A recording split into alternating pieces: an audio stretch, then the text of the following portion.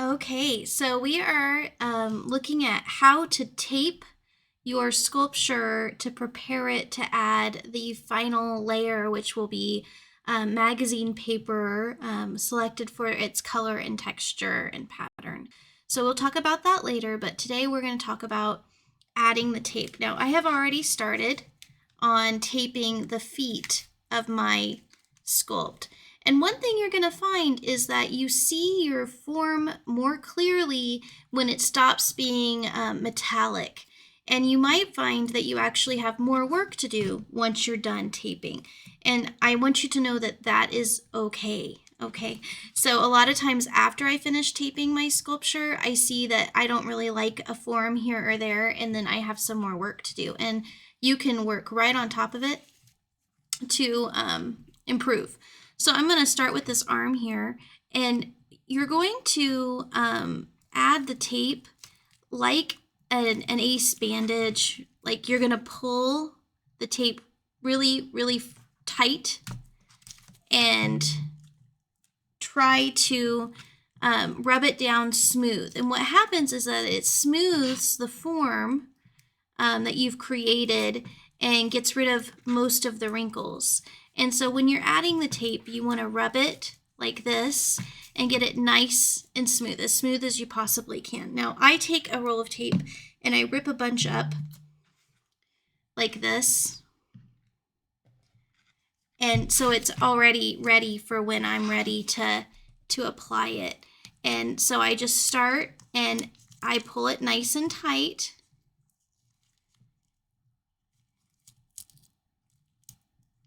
And try to put it on so that there's no wrinkles. And if I get to a point where like I don't need more tape, this is already taped, then I can use a knife and cut that off. Let me grab one real quick. Got to have one on hand. Now you're not going to be cutting into a mat here, so you need to be super careful. So I'm just going to, can you see it? I'm going to pull my, little dude's going on a ride.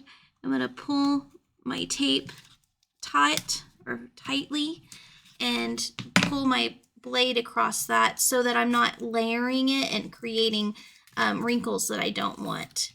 So if I can keep this next to me, but once it's kind of lost its stickiness, it's not really that useful anymore. So now I have another piece that was laying off the edge of my table. And like I said before, I don't really want it to double up very much. If it happens on occasion, it's okay.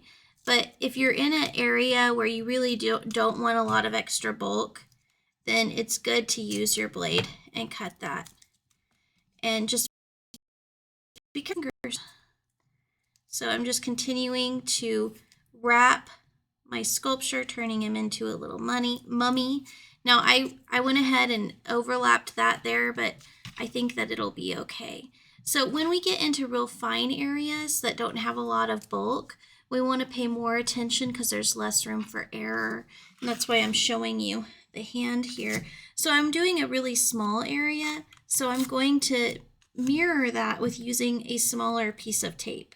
So I've got just a pretty small piece of tape, and I'm going to go ahead and just rip it up just even a little smaller because I'm doing this wrist here. I'm going to find the biggest area here. I'm going to place my tape. I'm going to wrap it as tight and smoothly as I can. Now, this technique can either improve or make it worse, your sculpture. So you need to take your time and think about big areas, bigger pieces of tape, smaller areas, smaller pieces of tape, and lots of control. We need to use a lot of control. So I want to use a longer, narrow piece. So I'm just going to rip that. Still working on my hand here. Now, it might be tempting to do like that, but that's not going to give you good lines. So I want to go around the form, not with the form, if that makes sense to you. So I'm going to just pull that tape nice and tight. And if I do something and it doesn't look good, I take it back off, right? You don't leave things that don't look good. So doing pretty good there, nice and smooth, not a whole lot of extra wrinkles. Liking that. And I'm just going to continue on with my hand. So I'm trying to position this so that you can see it. So I'm just laying that on the top of my form, bending it under, and then under again. And then instead of wrapping that tail around and making it thicker, I will just take my blade, pull it across the tape, and bam. I do have just a little bit that's not been covered here. I do think I should cover it. And my tape gets even smaller at this point, right? So where students make mistakes on this step is that they get in a hurry and lazy and don't realize just how valuable this part of sculpting can be. I missed a little bit here. Missing little tiny bits probably won't affect your sculpture a whole lot, but I am going to grade. I'm grading how well you bulk out your sculpture, and I'm also grading the tape job that you're doing on your sculpture. So it is graded, it is worth your time. And so now I can see the form of my arm here that I've created a lot better than I could when it was metallic foil. And once you get it all taped, if you want to add more foil and fix your form, if you find something you don't like, you can.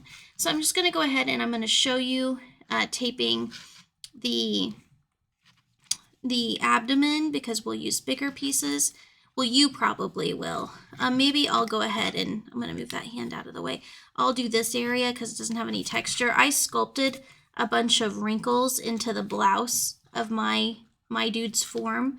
And so I'll do longer, thinner pieces there to help accentuate the forms that I sculpted in. So I'll put that in there and then I'll press it in and try to get all of that texture. I want to see it. I want to see the texture that I created.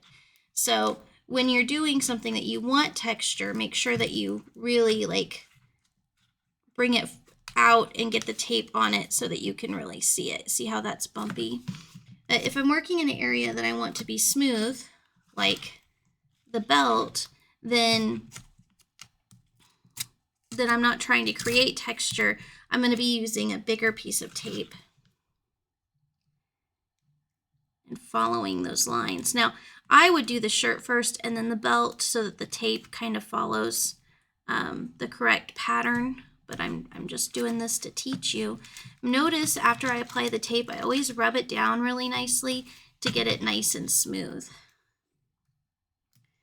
And this process really shows you that form and what you've created and changes that you might need to make. Now, I'm not wanting a huge separation between this and this or here. And so you want to make sure that your tape doesn't stop if you're not wanting to see the transition between areas of your sculpture. So for instance, I'm going to pull this leg out over here. I'm going to do this leg. I don't want my sculpture to show these transitions that I've created that I made to help me sculpt. So I'm going to run my tape over them so I'm not accentuating that area that doesn't exactly have the form I want. So it is okay sometimes to use bigger pieces of tape, especially if you're trying to mask something. So I don't like that gap in there and the tape bridges that. I'm gonna scoot down here and go inside of the leg with another bigger piece of tape, and that's on purpose, right? We talked about that. And my tape's too long. I noticed that, so I'm just gonna rip it off. You can use scissors with your tape, but I find that it just makes it take longer, and you don't necessarily need scissors. Once you learn how to tear the tape in a straight line, the scissors will just get in your way. So I'm just rubbing that down and smoothing it, continuing to smooth. And here it's kind of coming up.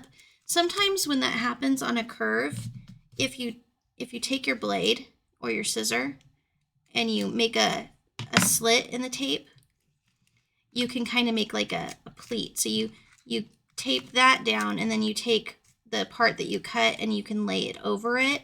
And instead of having a pucker in the tape, it will lay smoothly. So that's a really great technique as well. So now it looks much smoother, and I don't have that transition anymore. So I'm pretty happy with that. So I will just be continuing my tape job on all of my foil and do the entire thing. I'm gonna pause the video and show you what it looks like when we're done.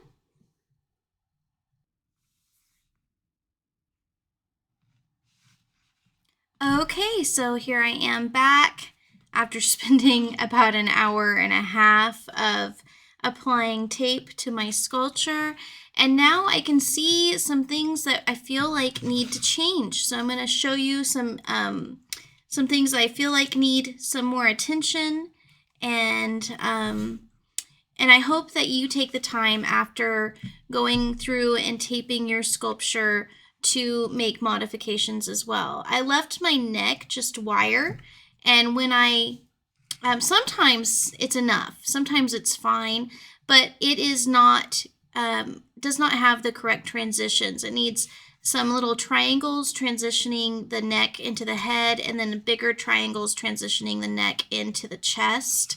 So that will be needing some attention. I'm still not completely sure that I love the form of the hat, so I might play around with that some. I also noticed that this sleeve has more of an abrupt stop, while this sleeve like slowly cascades down. So I need to decide which one of these I like, and I need to adjust them. Now this may mean ripping out some foil and some tape and replacing it, or it may mean adding foil on top of the tape that I have here and then taping over top of that. It's not that I'm bad at things. It's not at all. It's just that we can see our form better when we tape it and cover up that metallicness. Now, we tape it, yes, to cover up the foil metallic, but it also gives us a better canvas to apply our colored paper to, which is our next step in this process. So another thing that I noticed, oh, I missed that little area, I'm going to need to tape that, is that I like this tush, this side, but this one seems flatter and not quite the way that I want it. So I need to rework this side of my tush more. So I have several things that I need to alter now that I can see it more clearly without all the reflection from the foil. So then my next step will be to go in and make all of those changes.